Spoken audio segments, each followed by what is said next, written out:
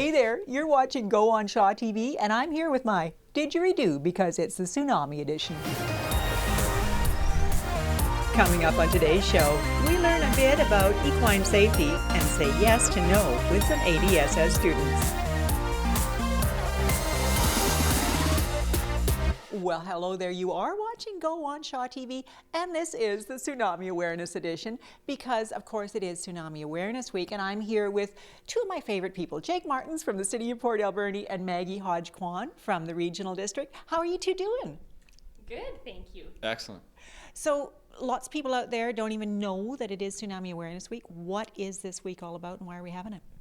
It's a great reminder, I think, for local residents about the rare but very real threat of a tsunami here in Port Alberni. And of course, we have the example from 1964, so we want people to be prepared, both with knowledge and with a kit. Okay, but is this just a local week, or is this a provincial or national week? Great question. This week is celebrated across the province. There are so many coastal communities in BC that are at risk, as Jake said, of a potential tsunami.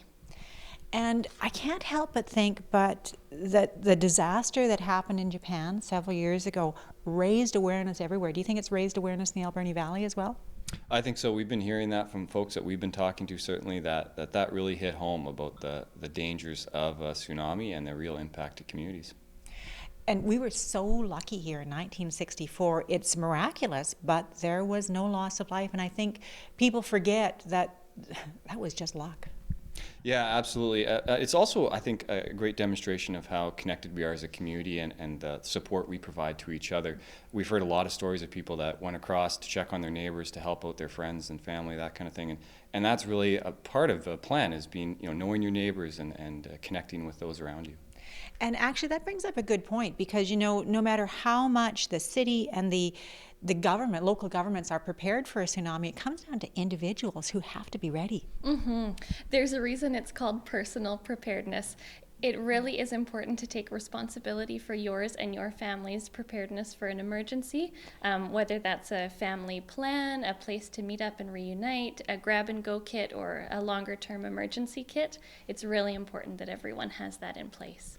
Vitally important whether we're talking about tsunamis or earthquakes or wildfires. There's all sorts of disasters out there, not just waiting. Well, maybe they're waiting to befall us. They could happen, and we need to be prepared for it. Now, we're going to tell you a little bit more about how you can be prepared personally in the event of a tsunami or another disaster. But first, since we have been talking about tsunamis, well, we do have a tsunami system, warning system in place.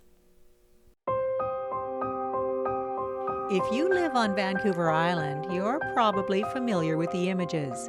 Photographs that depict the aftermath of a tsunami that was triggered by the 1964 Alaskan earthquake and which hit Port Alberni in the wee hours of Good Friday, wreaking havoc as it tossed cars and carried homes away. That disaster led to the creation of North America's first tsunami warning system, a series of loudspeakers that in the event of another tsunami will give residents enough warning to get to higher ground. This system is tested on the first Wednesday of every month. And about a year ago, the city made a change to that test, a change that many found surprising. About a year ago, we started engaging with the Civics 11 class at the high school on a new sound for our tsunami warning system for the test message.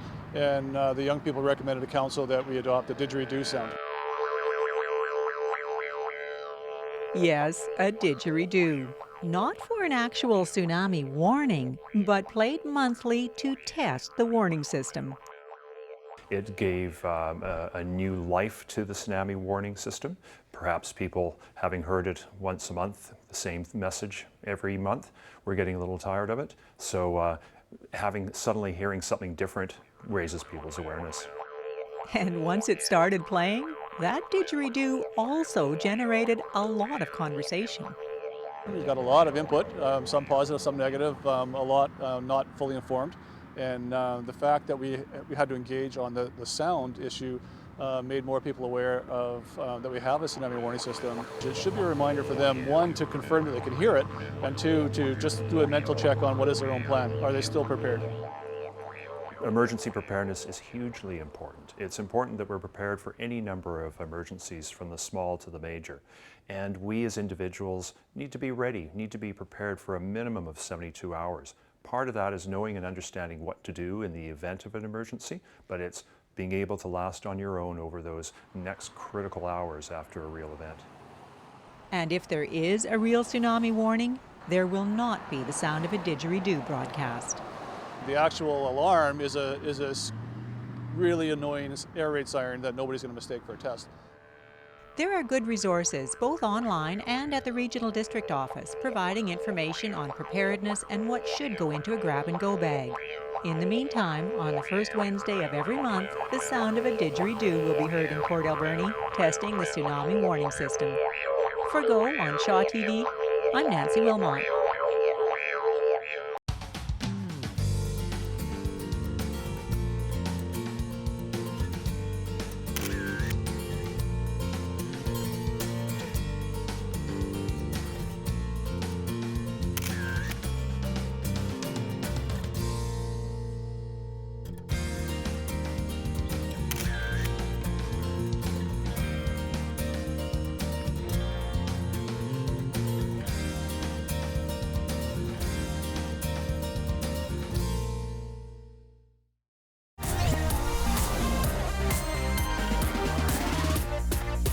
Okay, that switch to a didgeridoo for the tsunami warning test garnered Port Alberni more positive coverage, news coverage across the nation than anything else that I can imagine.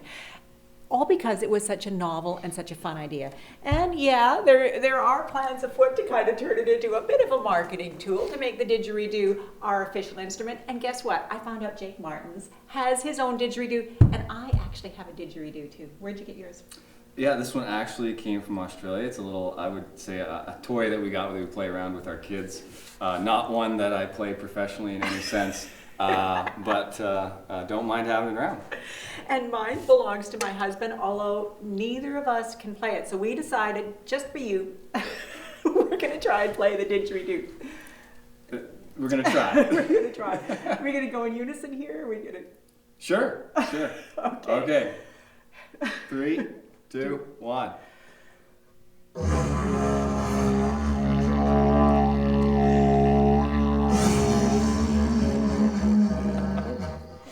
I think, Nancy, you're supposed to do circular breathing in order to keep the sound going. So. Really? Yeah. You mean I don't just laugh and spit No. it out? Okay. I feel like I'm going to faint after just that one, but okay.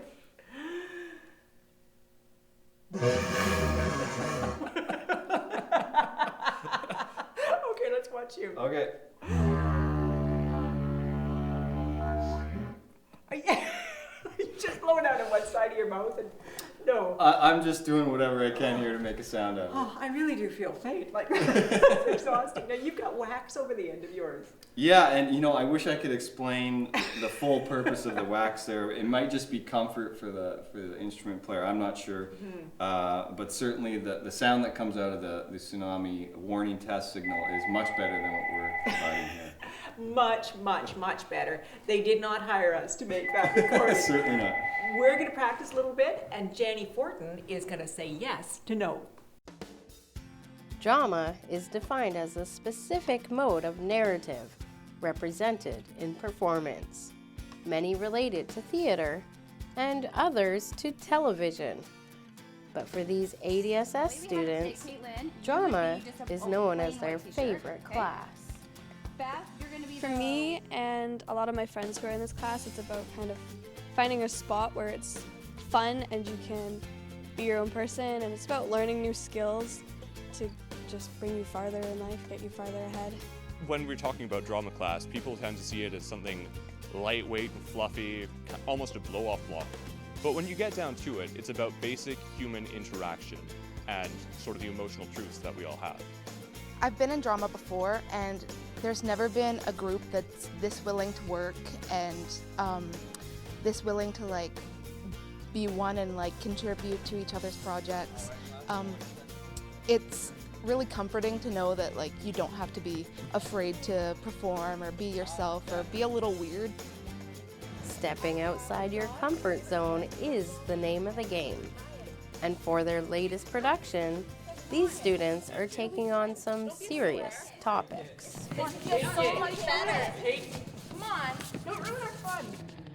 We've been working on a project that mainly symbolizes social belonging. It's kind of like a whole big thing about how drugs are bad and stuff, but it's not only that, it's about how you are strong, you can be who you are and be accepted. I've had personal experience with this subject, so it's a little bit close to home, and I think most of the people here today have had something like that. So it's been partially research, partially experience, and partially just creativity, which is what drama's all about. This drama class production will be featured in the upcoming Yes to No Youth Empowerment Summit. Really, we want kids to walk away empowered. It's about them critically thinking about these themes, their brain health, their body health, how to fit in, how to belong, and really how to represent themselves online but in life as a good citizen. All these kids have gotten the DARE program over the years, and all these themes are stemming out of what they received in DARE in grade 5. And so really it's another stop in the journey. These drama students are well aware of the impact of their production and are most definitely up to the task to present it. I think it's easier through art to have an open mind. And because we aren't specifically telling you, oh, accept others and don't do drugs, the way that we're portraying our message is easier to accept and understand. It's not anything fake, it's not glamorized into anything that it's not. It is 110% real. One reality that you need to confront when you're doing this sort of thing is that not everyone's going to listen. And even the people who do listen might not take your advice. But for that tiny fraction of students who do, this could literally save their lives. And that could make a world of difference. For more information on the Yes to No Youth Empowerment Summit, visit their Facebook page. For Go on Shaw TV, I'm Jenny Fortin.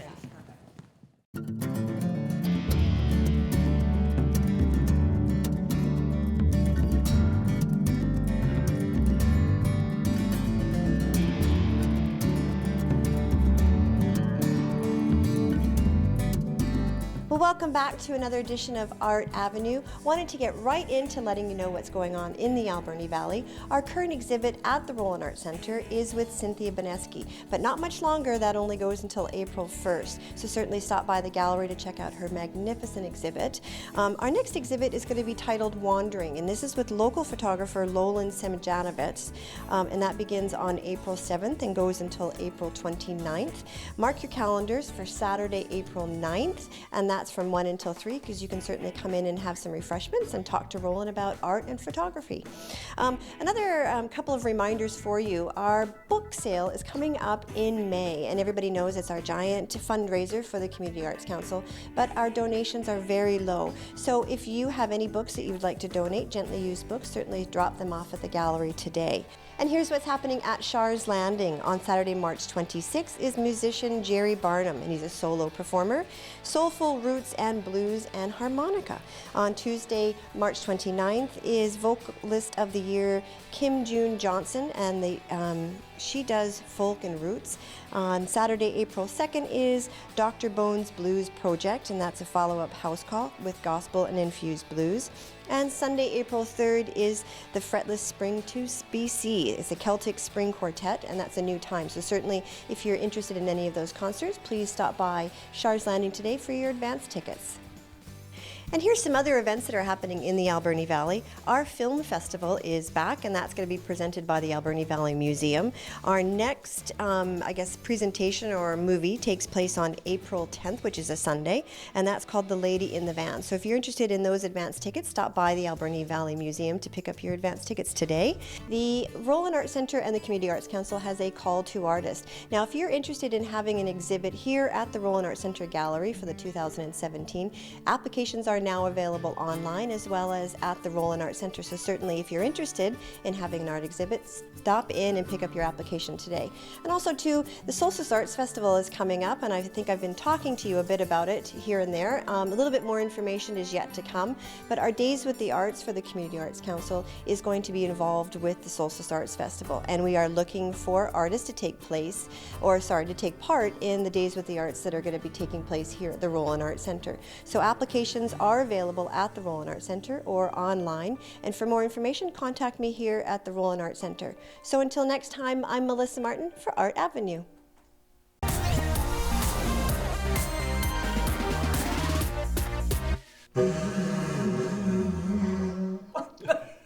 Okay, clearly I need a little bit more practice. I'm going to take a bit of a break. Keep working on this. We'll be right back. Don't go away.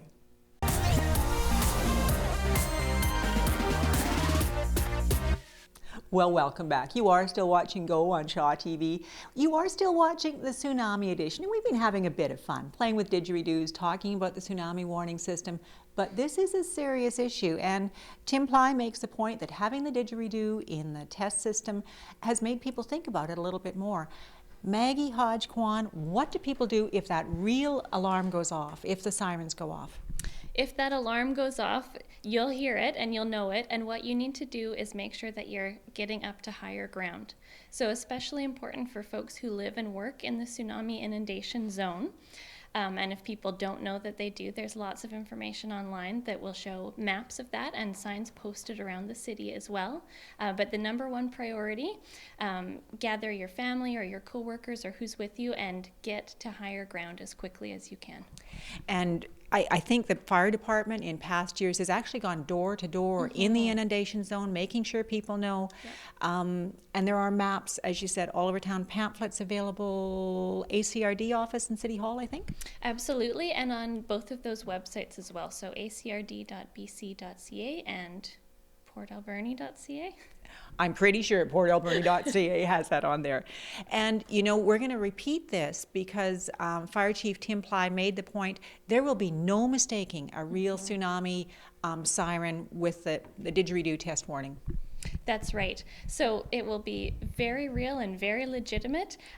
Please don't go down to the water to watch it come in, but please take it very seriously and know how quickly a tsunami can move and how dangerous that can be. What if we feel the ground shaking here and we know there's been a big one here? Yeah, you're absolutely going to want to secure yourself. You want to drop, cover, and hold, and that could be whether you're in your office, whether you're at home, or whether you're at school. You want to protect yourself as much as you can, and then you want to get to higher ground. Yeah, you're not going to want to hang around and wait for a siren to go off. You just need to move. Absolutely, particularly if you're in the tsunami inundation zone, you're going to want to move, but regardless, you want to get to high ground and protect yourself. And of course, this is Tsunami Preparedness Week, and people need to be prepared. We've talked about that all the way through this. Where can people find out more information about how to prepare, Jake? Yeah, so there's some wonderful resources online, particularly Prepared BC. It's a government agency that is devoted to preparing British Columbians for such events, so I'd encourage everyone to go check that out. And of course, we have some local resources here through the ACRD and the City of Port Alberni. And I got to say, you two are pretty fine resources too. You're very up on all this. Thank you so much for joining me. Jake, thank you so much for agreeing to play the didgeridoo with me. You know, they were kind of fighting over who would say I didgeridoo, and but they both kind of didgeridoo. Well, you didn't. We can both say that. You can both say that. Now, we are almost at the end of another go, but before we leave, you know, there's been a fair bit of talk in cities across the province about bike lanes. Well, maybe they should be thinking about horse lanes. Cheryl and Jewel have a bit of a springtime routine. Jewel spends most of the day galloping freely in the mud, and Cheryl spends the afternoon cleaning Jewel up. They're a lifelong commitment. Anybody that chooses to want to buy a horse for their youngster, think twice. It is a everyday onerous commitment. It's not just a ride and stuff away in the barn and give them a carrot. But there's a good reason Cheryl puts up with Jewel's shenanigans. These two have been the best of friends for the last 11 years. Her breed is a Morgan. She's a fairly laid-back, quiet, very kind-hearted soul. Having said that, she can seem to turn on the charm whenever it's necessary. If she's with kids, she'll tone it down. She also has some sassy attitude about her. So when she and I are together riding by ourselves, often I have to give her a little bit of a tune-up. So she can turn it on or turn it off, but for the most part, she turns it on. Cheryl and Jewel love their rides together, but occasionally their trust in one another is tested. Port Alberni is a fairly big equestrian community. A lot of people ride at facilities. Others, like myself, ride out in the beautiful Alberni Valley and other places. To get to these places, we have to ride the roads. We've had some difficult challenges. Not just myself, but other people have had some bad experiences. Awareness between motorist and horse is very important, and the backcountry horsemen of the Alberni Valley want to bring safety to the foreground. We encourage people to pass slow and wide, and most of the people in this town are very good at that, and they give us room with our horses. A lot of people have been killed riding horses on roads. I looked up a stat, and North Carolina, 20% of horse-related deaths are from riders on roads or drivers and riders with buggies. So it's something that we as horse owners are all concerned about and would like the general public to be knowledgeable of what we're doing and when we're riding. The Motor Vehicle Act says a person riding an animal or driving an animal on a highway has the rights and is subject to the duties of the driver of a vehicle. And even though horses have a right to remain in the driving lane, most riders will try to stay on the shoulder as a courtesy to drivers. Riding down here today, it took me an hour to get here, and I counted 25 vehicles, and out of that, 23 were totally respectful and courteous, 2 not so much. It only takes 1 to make the mistake, and unfortunately drivers as well as the people that they impact have to live with that for the rest of their lives. More information can be found on the Horse Council of British Columbia website.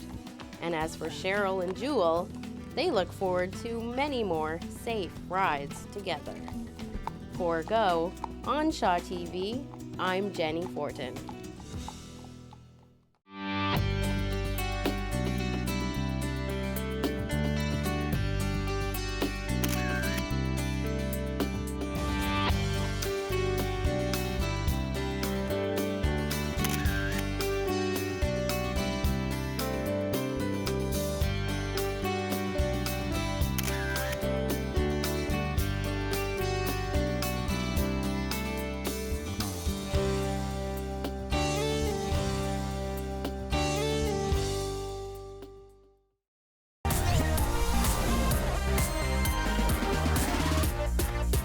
Well, that does bring us to the end of another edition of Go on Shaw TV. There is a large emergency preparedness event coming up in Port Alberni in June. Maggie, what is it? That event is Exercise Coastal Response, happening June 7th until the 10th, and it's a great opportunity for the province to test their response to a large-scale emergency, and it's a good opportunity to remind our citizens to be prepared as well. And this is going to be a big deal. You're going to be hearing about it and watching it on media all over the place, not just in Port Alberni, province-wide and probably national. Maggie, thanks for being here with me today. Until we meet again, good eye, Mike.